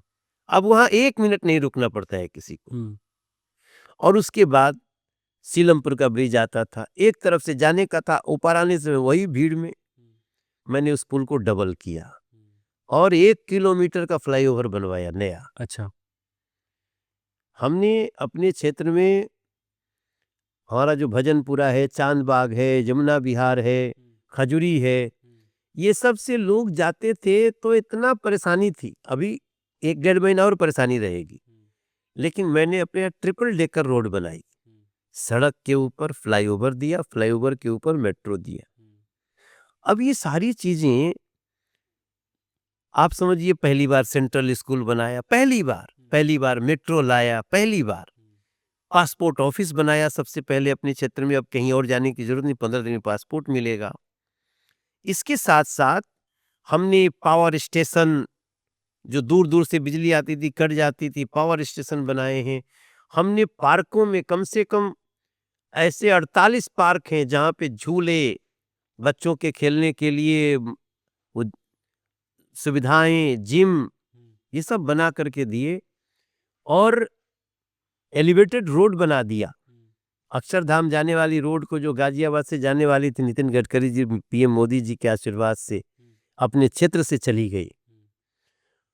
आप समझिए कि 1.5-2 महीना बाद अगर आप मेरे क्षेत्र में आएंगे तो आप इंडिया गेट से सबसे जल्दी हमारे क्षेत्र में पहुंचेंगे, अच्छा, साउथ और वेस्ट में नहीं। ठीक है। हम ना चाहते हुए भी बिहार से दिल्ली आके वापस बिहार चलते हैं। चलते हैं ना, वंदे भारत पकड़ लेते हाँ, वंदे भारत पकड़ते हैं हैं। या फिर फ्लाइट भी पकड़ सकते हैं। आपने उसका जेपी एयरपोर्ट की बड़ी तारीफ की, रील बनाई स्पेशली जी, आपने। मैं भी गया था वहाँ पे, काफ़ी अच्छा एयरपोर्ट बना है, नो डाउट। मैं ये कह रहा हूँ कि एक तरफ आपके सामने प्रशांत किशोर जनसुराज पार्टी है, दूसरी तरफ आपका मुकाबला तेजस्वी यादव से है, जिन्होंने कहा कि हर घर को सरकारी नौकरी मिलेगी अगर आरजेडी की महागठबंधन की सरकार आएगी। और बिहार में ये जो चाह है हम्म, हर घर में, हर युवा में, हर लड़की में, हर लड़के में कि सरकारी नौकरी हो जाए, इसको इसमें वो कैसे परकुलेट हो रही है, वो जो इनकी अनाउंसमेंट है, और आप इस चीज़ को कैसे देख रहे हैं? इसको कितना बड़ा चैलेंज देख रहे हैं? क्योंकि मैं इसलिए भी कह रहा हूँ क्योंकि लोगों में ये भावना तो है ही कि जब तेजस्वी डेप्यूटी सीएम थे तो उन्होंने कुछ नौकरियाँ दी थी, सरकारी नौकरी। जब वो डिप्टी सीएम थे तो उन्होंने कहा था हम 10 लाख नौकरी देंगे, हुँ, लेकिन 500 नौकरी भी नहीं है। अब देखिए, हर साल पीसीएस का एग्जाम होता है, हुँ, अब उसको आप समझते हो कि हम नौकरी दे रहे हैं, हुँ, तो भाई फिर आपको हुँ, नमस्कार है। कुछ नौकरियां जो कॉम्पिटिटिव एग्जाम्स के हैं, हुँ, शिक्षक का, हुँ, रेलवे का, पीसीएस का, हुँ, तो ये तो परीक्षाएं चलती रहती हैं, एसएसबी का अलग अलग। हुँ, बल्कि एनडीए में ये परीक्षाएं रेगुलर होने लगी। हुँ, नहीं तो पहले 10-10 साल का गैप हो जाता था हुँ, प्रणव जी इसमें। हुँ, कोई बात नहीं, तेजस्वी बाबू अभी वो अपनी 56 इंच की जीभ दिखा रहे हैं। ये कैसी होती है 56 इंच की जीभ? 56 इंच की जीभ है, कुछ भी बोल दो। ये एक तो तरफ 56 इंच का सीना है, 56 इंच का सीना तो सुना था, जी तो रहेगा उसमें। इधर एनडीए का 56 इंच का सीना है, अच्छा, उधर 56 इंच की जीभ है। अच्छा। सर कोई भी पूछेगा क्या सरकारी नौकरियां हुँ, आप बढ़ा सकते हो क्या? हुँ, आपके पास बजट है क्या? हुँ, अभी हमने एक दिन वर्कआउट किया कि अगर ऐसा होगा तो क्या होगा? हुँ, तो 12 लाख करोड़ रुपया तो उनको वेतन देने में जाएगा। हुँ, और सरकारी नौकरियां इतना आप बढ़ा करके कैसे कर लोगे? हुँ। आप तो जाने जाते हो नौकरी देने के बदले जमीन ले लेते हो। अच्छा। भाई तेजस्वी बाबू के ऊपर केस चल रहा है, हम यूं नहीं कह रहे हैं। हुँ, और आरोप तय हो गया हुँ, कि आपने जमीन लिया नौकरी देने के लिए हुँ, आपके परिवार ने। हुँ, अब भैया नौकरी का तो नाम मत लो। हाँ, अगर आप सही में कुछ कर सकते हैं हुँ, तो आप अपना प्लान बताइए कि रोजगार देने का क्या प्लान है। हुँ, सबको रोजगार चाहिए, हुँ, सरकारी नौकरी तो हर जगह। हुँ, प्रणव भाई किसको हम बेवकूफ बना सकते हुँ, हैं कि हर स्टेट का सरकारी नौकरी का एक सीमा है। हुँ, ठीक है, उसमें हो सकता है कि अ, एक आध लाख अभी नहीं भरा गया हो, हुँ, तो भर देंगे, हुँ, इतनी बात चल जाती है। हुँ, लेकिन आप जिस प्रत्येक घर को एक नौकरी देना सरकारी, हुँ, इससे बड़ा वो जो धोखा हुँ, भरा स्टेटमेंट नहीं हो सकता है। हुँ, जैसे मैंने कहा मखाना बोर्ड बना, हुँ, 1 करोड़ प्लस लोग उसमें ज्वाइन किए, हुँ, रोजगार उनका चल पड़ा है। हुँ, हम 75 लाख महिलाओं को स्वरोजगार योजना से जोड़े, हुँ, उनको दे रहे हैं। हुँ, अभी जो 10-10 हजार रुपए भी दिए गए हैं करीब 1.25 करोड़ 1.5 करोड़ को, हुँ, वो सीड मनी है। हुँ, उसको लेकर के अपना रोजगार शुरू करेंगे हुँ। और उस रोजगार के बाद फिर जैसे ही करेंगे बैंक उनको उससे ज्यादा पैसा देगा। मगर लोगों के दिमाग में मनोज जी ये भी आशंका है कि बीजेपी ने हमको या गवर्नमेंट ने हमको 10-10 हज़ार का लोन दे दिया है, क्योंकि उसमें जो आपका आगे का है कि क्योंकि इस चीज़ में बीजेपी आपको लगता है कि क्लियर हो पाई है ये कम्युनिकेट करने में कि ये मनी जो है, ये पैसा जो है 10-10 हज़ार रुपए महिलाओं को दिया गया है, ये कैसे यूज़ किया जाएगा? बहुत सारे लोगों से हमने बात की तो उनको लग रहा है, वो डर रहे हैं कि इस पैसे को खर्च करें कि क्या करें? क्योंकि वो क्लैरिटी नहीं आई है। उस पैसे से रोजगार करें। आप किसी भी व्यक्ति को आत्मनिर्भर बनाने के लिए वो एक सहायता कर दी गई। अब वो जो मन करे वो करे। पर 10,000 से कौन-सा बिज़नेस हो सकता है आज के टाइम पे? बहुत सारे बिज़नेस होते हैं। जैसे बताइए 2-4 भाई साहब, देखिए, काम को छोटा नहीं समझना चाहिए। नहीं 2-4 बिज़नेस आइडिया दीजिए हमारे दर्शकों को, जो 10,000 में शुरू हो सकती। सेल्फ हेल्प ग्रुप चलती है। हुँ। आपस में महिलाओं का समूह बनता है और उसमें कभी-कभी मान लीजिए उन्होंने अ, एक जैसे एक कैप है, हुँ, कैप बनाना शुरू कर दिया। हुँ, सामान खरीद के लाए। खूब आराम से शुरू हो सकता है। कई लोग बुक बनाना, कॉपी बनाना शुरू कर देते हैं। हुँ, कई लोग ये जो गुलाल, अबीर ये सब बनाते हैं ना, ये बनाना शुरू कर देते हैं। हुँ, हमने सेल्फ हेल्प ग्रुप के तहत हुँ, अपने रोहतास नगर, अपने नॉर्थ ईस्ट दिल्ली में हुँ, हम लोगों ने काम किया। उसमें हज़ारों महिलाएँ शामिल हो गई हैं। अच्छा। इसी में और ये शुरुआत होता है, ये 5,000 10,000 से हो जाता है। हुँ, मैंने कुछ कुछ अपना कंट्रीब्यूट किया, कुछ उसको लगाया हुँ, और जैसे ही उसको करके वो पैसा आया, हुँ, आपको उससे ज़्यादा पैसा देना है, तो अब जैसे ही वो पैसा आप दोगे उसका डबल मिल जाएगा आपको। हुँ, वो जैसे देते हो उसका डबल मिल जाएगा आपको। हुँ, और आप एक अच्छा पीएम स्वनिधि योजना भी तो यही है, जैसे मान लो रेडी पटरी के लोग हैं, हुँ, उनको सब्जी खरीदनी है, खरीद के बेचनी है, हुँ, तो उसके लिए पैसा दिया जाता है। हुँ, ये सारे काम छोटे-छोटे होते हैं, लेकिन ऐसे छोटे काम करने के लिए लोगों को पैसा ऋण पे लेना पड़ता था। आज भी प्रणव भाई, कई ऐसी जगह है जहाँ मेरा 5% मे सैकड़ा लिया जाता मेरा है। नाम आप बार-बार गलत ले रहे हैं, दर्शक टोकेंगे आपको। प्रवीण डोगरा नाम है मेरा। मैं कोई बात कोई बात। पहली बार नहीं, जब प्रणव बोला हूँ प्रवीण समझा जाए। प्रवीण समझे जाए। ठीक है, please carry on. Sorry Praveen ji. कोई बात। तो इसको जो सबसे कमज़ोर वर्ग है, हुँ, उसके लिए सर ₹2,000 भी बहुत होता बिल्कुल। है। और आपको बताऊँ, आज भी आप तो आस-पास अपने गाँव-वाँव में देख लीजिए, ₹5 सैकड़ा, ₹100 का ₹5 महीना, आज पैसे लोग देते होते थे, अभी भी कई जगह दे रहे हैं। बिल्कुल। वहाँ अगर ₹10,000 मिल गया, ठीक है। अब आपके ऊपर है ना कि जिस बहन को मिला, वो उसको कैसे खर्च करती है। पर अच्छा नहीं होता कि अगर ये 1 साल पहले, 1.5 साल पहले मिल जाता, थोड़ा-सा प्लानिंग होती, गवर्नमेंट कम्युनिकेट कर पाती, उसकी सही pros and cons, dos and don'ts बता पाती। अभी इलेक्शन से पहले तो नेता भी एकदम चुप्पी-साधे वो बोल रहे हैं, नहीं, नहीं, खर्च कर लीजिए। मगर उसमें ना तो पूरा कम्युनिकेशन हुआ है, ना उनको क्लैरिटी मिली है कि इसका करें क्या? ये थोड़ा-सा नहीं, टाइमिंग मुझे लगता है कि हमारे जितने भी लोग, जहाँ से ये सब कुछ सिस्टम हुँ, लोकल जो हमारे अधिकारी होते हैं, हुँ, बीडीओ होते हैं, हुँ, इन सब लोग जो उनसे मिलते-जुलते हैं, हुँ, पंचायती व्यवस्था के तहत वो बता रहे हैं। हुँ, सबको समझाया जा रहा है। प्रधानमंत्री जी, मुख्यमंत्री जी स्वयं बता रहे हैं, हम भी बता रहे हैं हुँ, कि आपका पैसा है ये, हुँ, आपको मिल गया। हुँ, अब उसको आप जितना अच्छा उपयोग करोगे, हुँ, वैसे आगे और पैसा मिलेगा। ठीक है।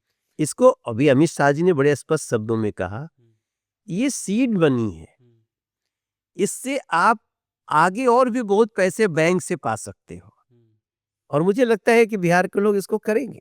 हुँ, ठीक है।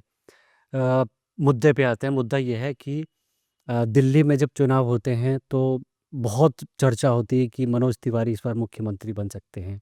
बिहार में चुना आप दिल्ली अध्यक्ष बने तो भी ये हुआ कि आपका कद आपने बोला कि पार्टी आपको इज़्ज़त दे रही है, एलिवेट कर रही है। अभी बीजेपी के पास कोई चेहरा नहीं है, नीतीश कुमार जी के नेतृत्व में लड़ रहे हैं आप लोग चुनाव, मगर एक चेहरा नहीं है बीजेपी की तरफ से मुख्यमंत्री के लिए।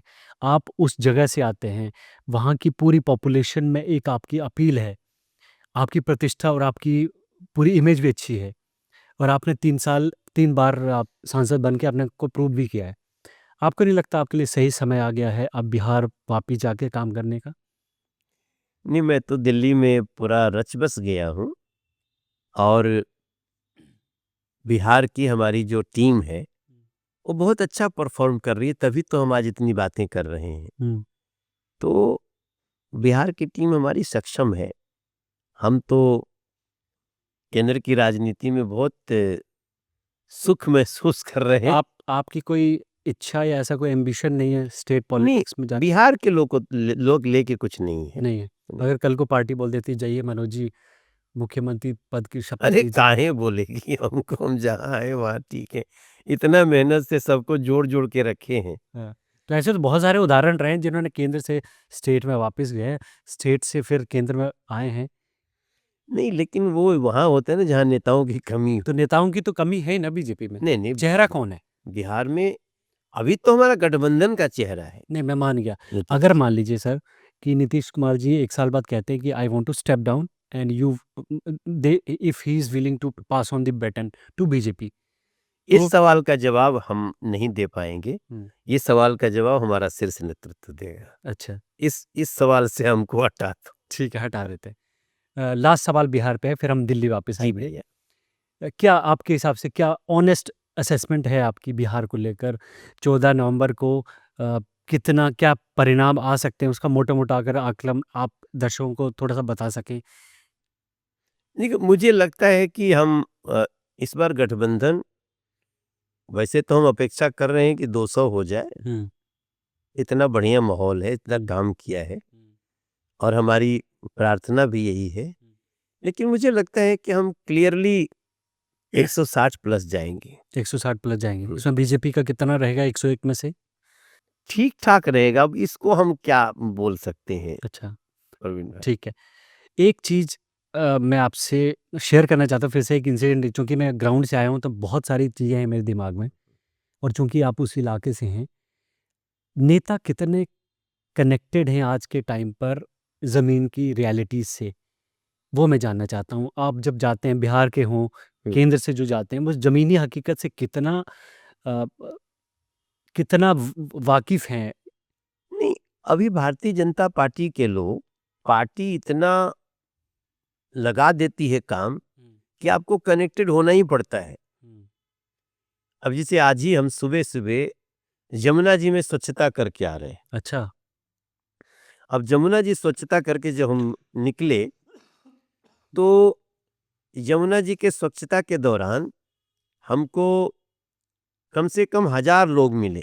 हुँ, उस 1000 लोगों में हमको कई लोग ऐसे मिले हैं, जैसे मैं आपको ये चित्र दिखा रहा हूँ हुँ, कि हम अब जैसे इतने लोग मिले, अच्छा, देख रहे हैं? हुँ, अब अगर पार्टी हमको नहीं भेजती, हुँ, तो हम इतने लोगों से आज तो नहीं मिल पाते। हुँ, फिर मिले हैं, हुँ, तो फिर इनसे बातचीत हुई है हमारी। हुँ, कहीं अकेले किसी से बात कर रहे हैं, किसी से, तो ये कारण है हमारा कनेक्ट होने का।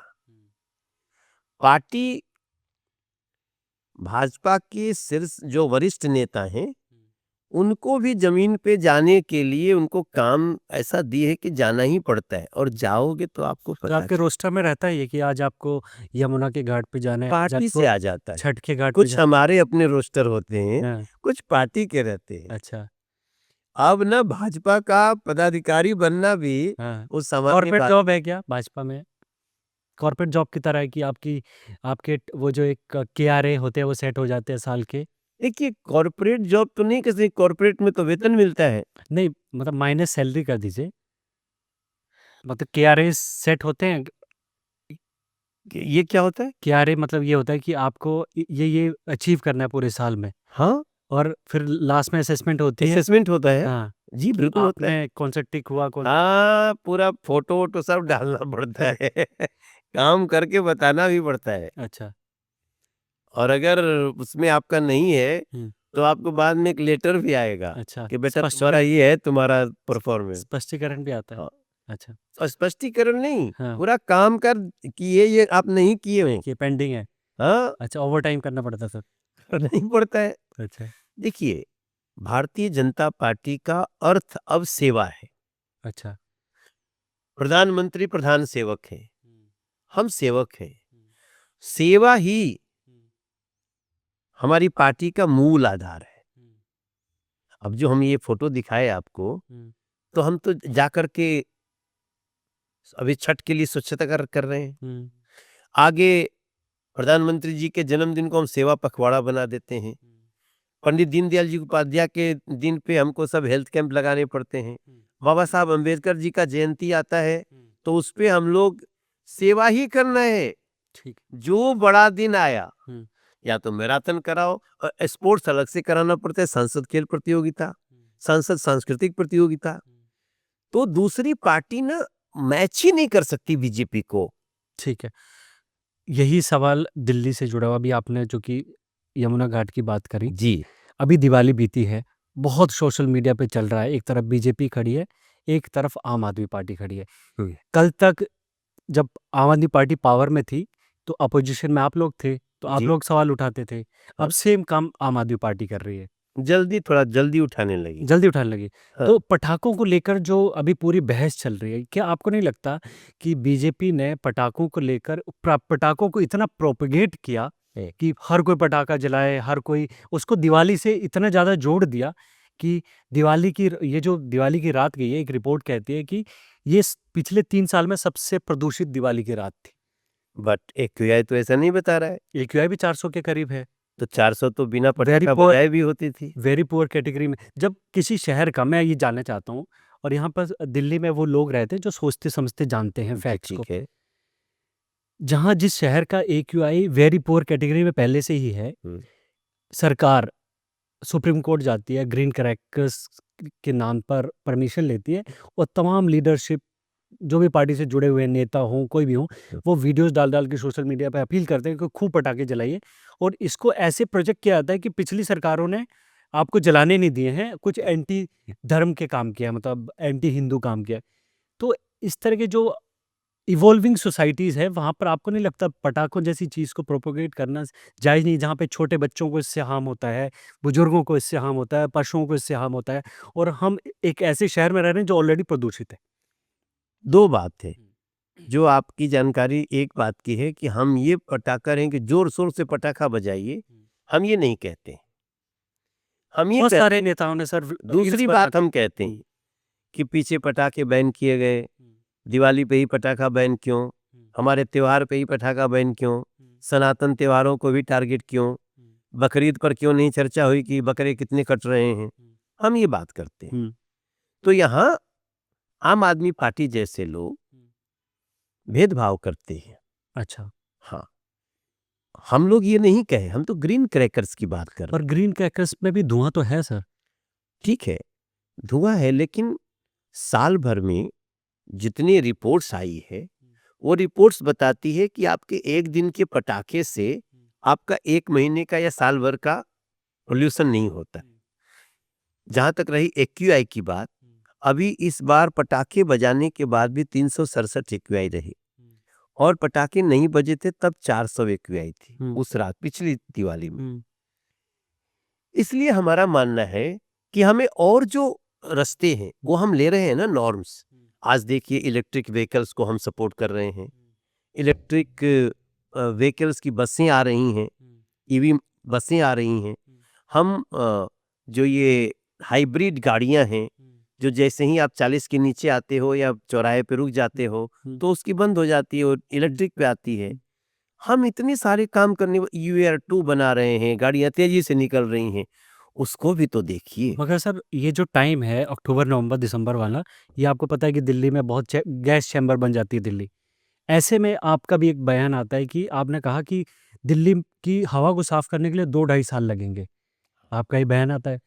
साथ ही साथ दिल्ली के जो पर्यावरण मंत्री हैं, उनका एक बयान आता है कि ये जो क्लाउड सीडिंग का मामला था, आर्टिफिशियल रेन का, पहले जब बीजेपी ऑपोजिशन में थी, तो ये बोलती थी कि अगर हम आते हैं तो क्लाउड, और आपके मैनिफेस्टो में भी था ये कि आर्टिफिशियल रेन लगातार होगी। अब वो कह रहे हैं कि जब क्लाउड आएगा तभी आर्टिफिशियल रेन पॉसिबल है, साइंटिफिकली पॉसिबल नहीं है। तो जो पहले आम आदमी पार्टी करती थी, जिसका आप विरोध करते थे, ऐसा लग रहा है आप बीजेपी पावर में आकर वही कर रहे जो आम आदमी पार्टी कर रही थी। नहीं प्रवीण भाई, ऐसा नहीं है। क्लाउड सेडिंग की जो बात है, उसमें हमारी टेक्निकल तैयारी सब कुछ ओके है। अब उसमें जो आप बात कह रहे हैं ना कि क्लाउड होने चाहिए, तो ये एक अलग बात है जो हमारी तैयारी हम कर रखे हैं। दूसरी बात, हम ऑलरेडी इसी दिल्ली में 699 और 700 तक एक्यूआई जाती थी। हम इसको आज अभी मोबाइल निकालिए, इस समय क्या एक्यूआई है? 199 200 से ऊपर नहीं होगा। हम लगातार कोशिश कर रहे हैं, अभी भी आप लगा के देखिए।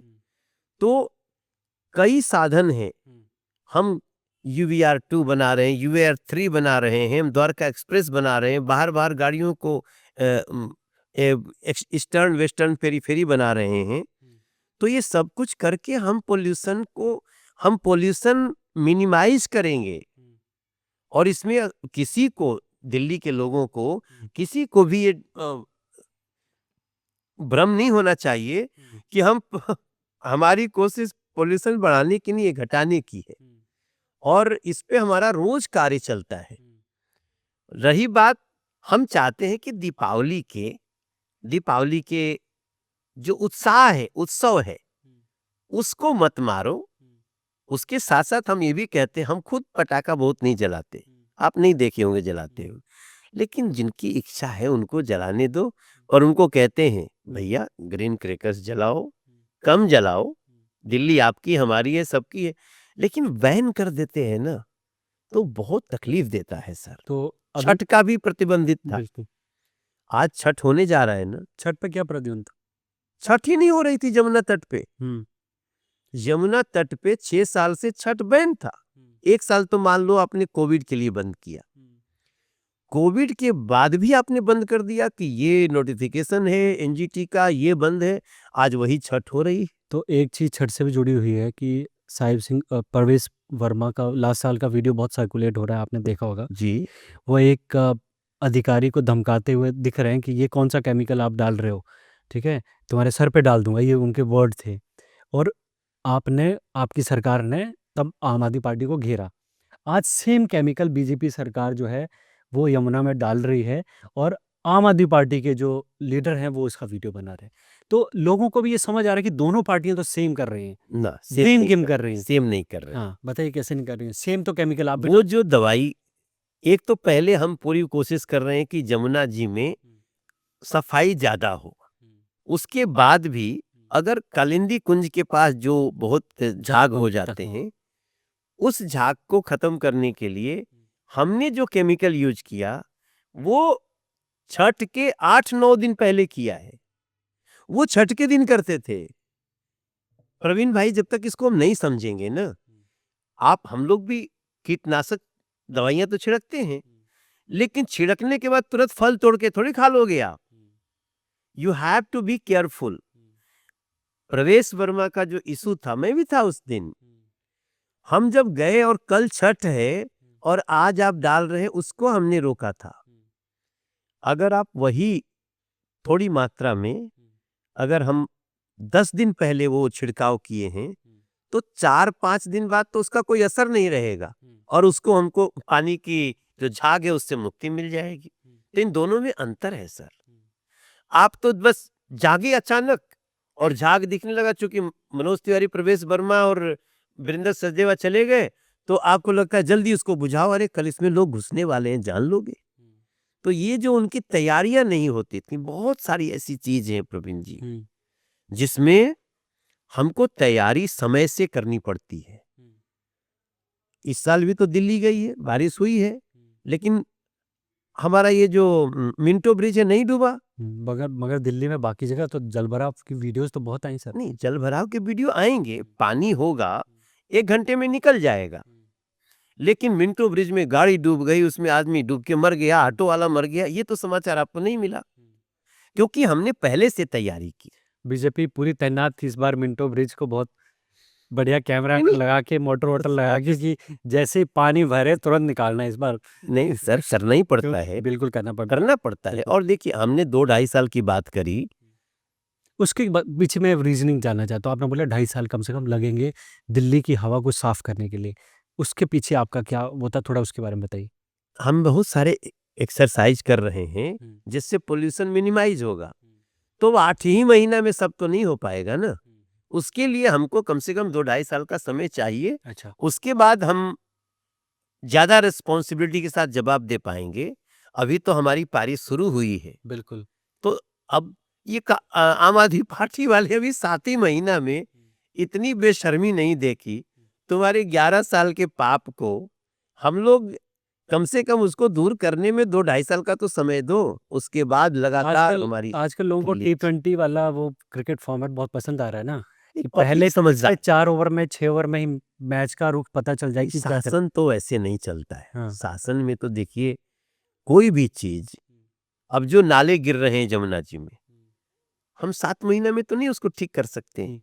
लेकिन जो नजफगढ़ नाला नाम पड़ गया है ना, उसको हम नदी बना के देंगे आपको। अच्छा, हाँ, तो मुझे 2 चीज़ों पे जनता की तरफ से आपसे जवाब चाहिए कि यमुना नदी कब तक साफ़ होगी?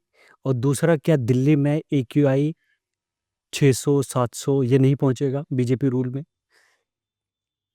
इस साल हमारी कोशिश है कि न पहुंचे। अगले साल तो पक्का नहीं पहुंचेगा। ये कैमरे में देख के बताइए आप, कैमरा में बोल रहा दिल्ली की जनता को बताइए। हूं। मैं 2025 और 26 का जो ये बजट है मार्च तक, इसमें तो हम दावा नहीं करेंगे, लेकिन मिनिमम हम उसको नहीं बढ़ने अभी भी हमने इसको 400 से ऊपर नहीं बढ़ने दिया है। लेकिन जब 26-27 का समय आएगा, उस सत्र में हम आपको ये कभी भी 300 से ऊपर नहीं बढ़ने देंगे, ये हमारा दावा है। अच्छा, ठीक है। तो इस वीडियो को सेव करके रख लीजिएगा, जो भी देखें। मनोज तिवारी जी ने ये कमिट किया है। अ, चुनाव बीजेपी पावर में आ गई दिल्ली में। कभी केजरीवाल जी से बात हुई? मनीष सिसोदिया जी से मिलना हुआ? वो दिल्ली में है ही नहीं है, कहीं में नहीं, नहीं है, प्रोग्राम में भी नहीं अभी है। तो आप ही की सरकार ने बंगला दिया है, गवर्नमेंट ने केजरीवाल जी को नया, एक उनको नया बंगला दिया है ना, बट वो आ नहीं रहे, वो पंजाब में है। पंजाब में है। अच्छा, भगवंत मान के सर पे बैठे हुए। अच्छा। अगर ये सवाल मैंने नहीं पूछा तो ये मतलब हमारी पूरी बातचीत बेकार हो जाएगी। कौन सा है? आपने एक पत्र लिखा प्रधानमंत्री जी को, गृह मंत्री जी को, कि भिखारी ठाकुर जी को भारत रत्न दिया जाए। जी, ये वो इंसान है जिन्होंने भोजपुरी के लिए बहुत काम किया, जी। और आप पे ये इल्ज़ाम रखता है कि आपने भोजपुरी का नाम खराब किया शुरू-शुरू में जब आप कलाकार बन रहे थे। हम? हाँ, अरे हम आपने तो बहुत अच्छा अश्लील गाना गाया, अश्लील फ़िल्मों का कि, और आज आप उनके लिए भारत रत्न। क्या ये प्रायश्चित है आपका उस इनिशियल जो आपसे नहीं, आपसे नहीं। गलती हुई थी, क्या है? प्रवीण भाई, हमारे सब गाने बहुत ही सुसंस्कृत हैं। नहीं, नहीं, कुछ-कुछ तो हैं। नाम थोड़ा, बताइए, नाम अब बताइए। मैं वहाँ का हूँ नहीं, मगर कभी-कभी हमारे तो हमारे जब नहीं हो, हमारे मोबाइल पे बजता था तो आपने घर वाले रिसर्च बोलते हैं बंद कर दीजिए। आप प्रवीण जी रिसर्च करके आते हैं।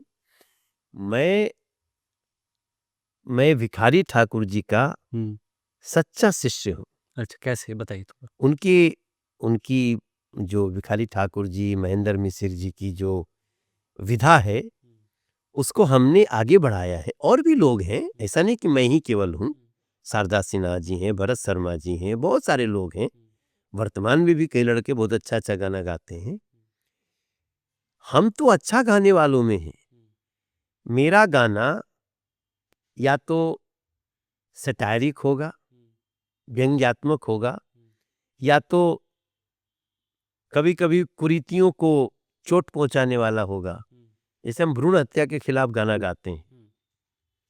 हम जंगल राज के खिलाफ गाना गाते हैं। हम नदियों को बचाने का गाना गाते हैं। और हम जैसे हमारा गाना रिंकिया के पापा भी हमारा गाना है। बहुत फ़ेमस है सर वो तो। हाँ, तो रिंकिया के पापा गाना अब उसको वो एक हँसी-खुशी का गाना है। हम अपने रीत-रिवाज की बात कर रहे हैं। तो मनोज तिवारी एक ऐसा सिंगर है, आपको मैं प्रवीण भाई आप पूरा कभी शोध करिएगा। आप इतना बोल दिए ना, मुझे लग रहा था मुझे तीर मारा जा रहा है। अच्छा। क्योंकि मैं तो अभी भी मेरा गाना आया है, ए राजा जी, हे राजा जी ये करे ताराहल, हाँ जरूरत मुहूर्त खूबसूरत। अब बताइए, हम तो एकदम घाटी देहाती गीत को ऊपर पहुंचा रहे हैं।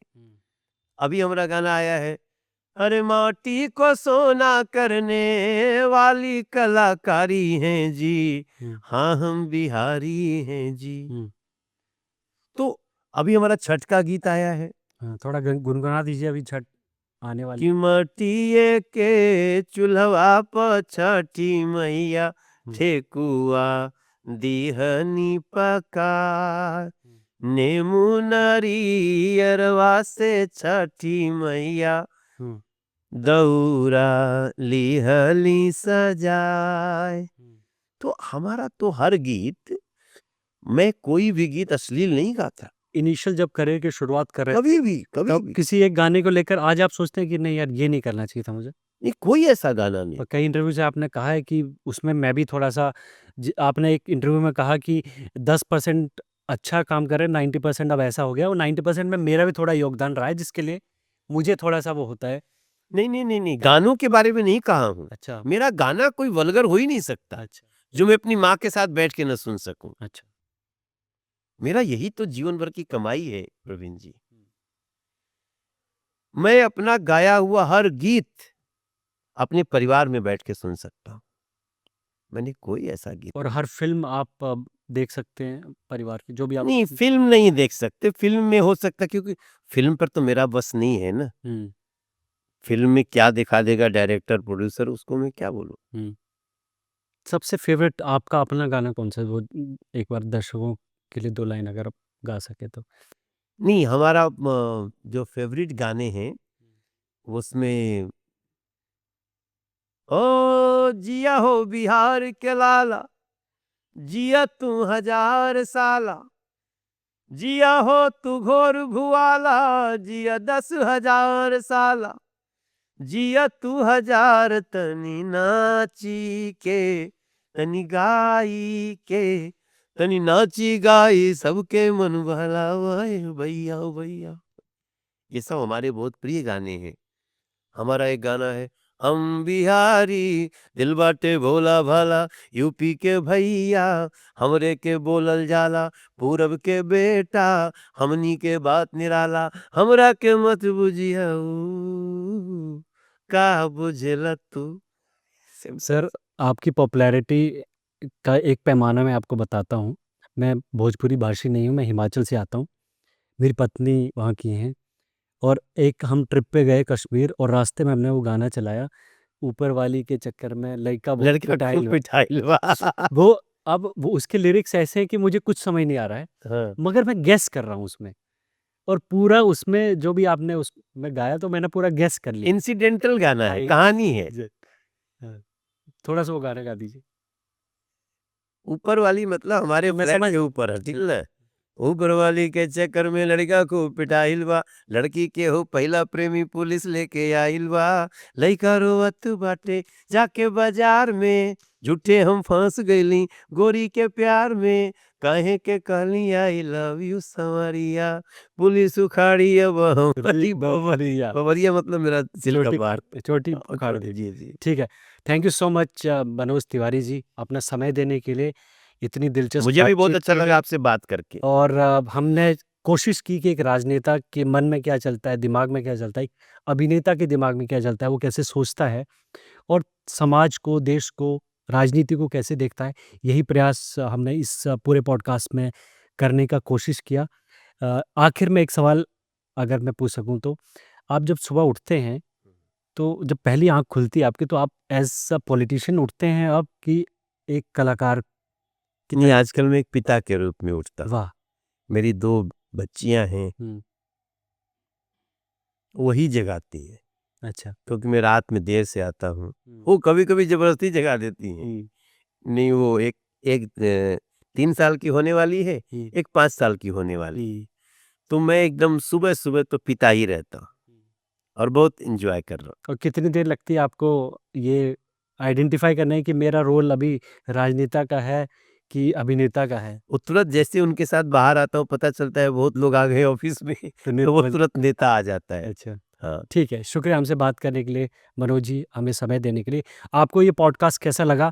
आप अपना कोई कमेंट हो तो ज़रूर बताएँ। आप बिहार की राजनीति, बिहार के जो चुनाव हैं, उसको कैसे देखते हैं? आप एनडीए, महागठबंधन और प्रशांत किशोर की जन स्वराज के बारे में क्या सोचते हैं? कमेंट बॉक्स में ज़रूर बताएँ। शुक्रिया।